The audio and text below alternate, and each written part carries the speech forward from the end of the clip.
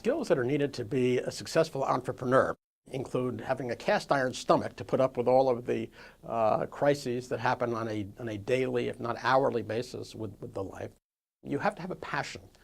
I've never seen an entrepreneur who was not passionate. I tend to be very demonstrable and very loud and fast-talking, and that's one version of passion. But there are also entrepreneurs who are very quiet but intense, and that's another version of passion.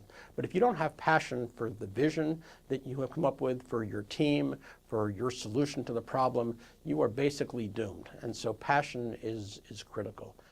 Relatively high risk tolerance, but it's risk, not crazy risk like jumping out of a plane or gambling.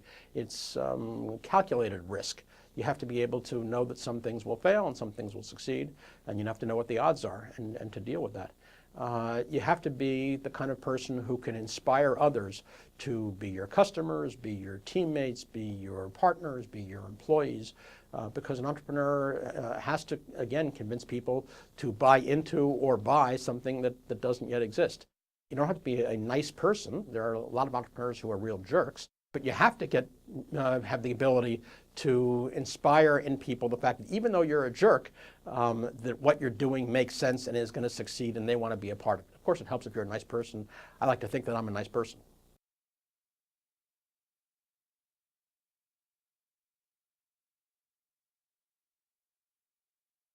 This is a wonderful time to be an entrepreneur. I mean, frankly, I would argue that every time in history has been a wonderful time to be an entrepreneur. I mean, whether you're Thomas Edison or Benjamin Franklin or Christopher Plantin or whoever, going all the way back to ancient Rome, it's been a great time. Entrepreneurs will always find a way to thrive.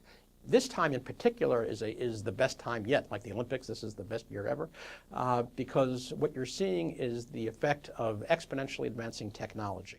When I started my first internet company, it took $20 million in venture capital financing before we could ship our internet product.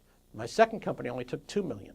When I became an angel investor, my first investment that I made only took $200,000 to get an internet product shipped.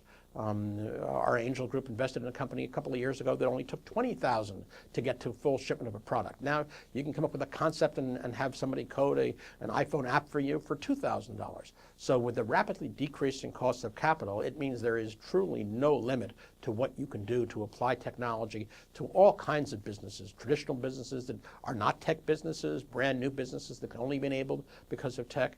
And because this is a global phenomenon, you're looking at a globalized world. You know, anybody anywhere in the world who is entrepreneurial or who has entrepreneurial tendencies or a vision can make it happen now. So this is a wonderful time between cloud hosting and cloud services and crowdsourcing and globalization. All the tools are there. Just add an entrepreneur.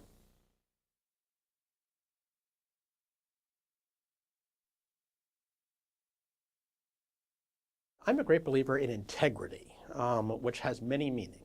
Integrity ultimately comes from the Latin root integer, integral, meaning one. And so the entrepreneur that exists in me in the business world is the same entrepreneurial person that exists in my private life. What you see is what you get. I don't have multiple lives. The same me that answers questions on Quora or LinkedIn is the same me that teaches at Columbia, is the same me that runs a company, is the same me that invests in angel investments. So I think entrepreneurship, once you have it within you, once you decide that's what you are, it's not something you can lock up or put away, and it informs everything you do. So I approach everything, my approach walking down the street from an entrepreneurial basis. I look at things and I'm curious. What's the story behind this hot dog cart? How did the economics work? I mean, how much money is he making? How many hot dogs is he selling? So everything that I look at, everything that I do is a reflection of the entrepreneur that I believe I am.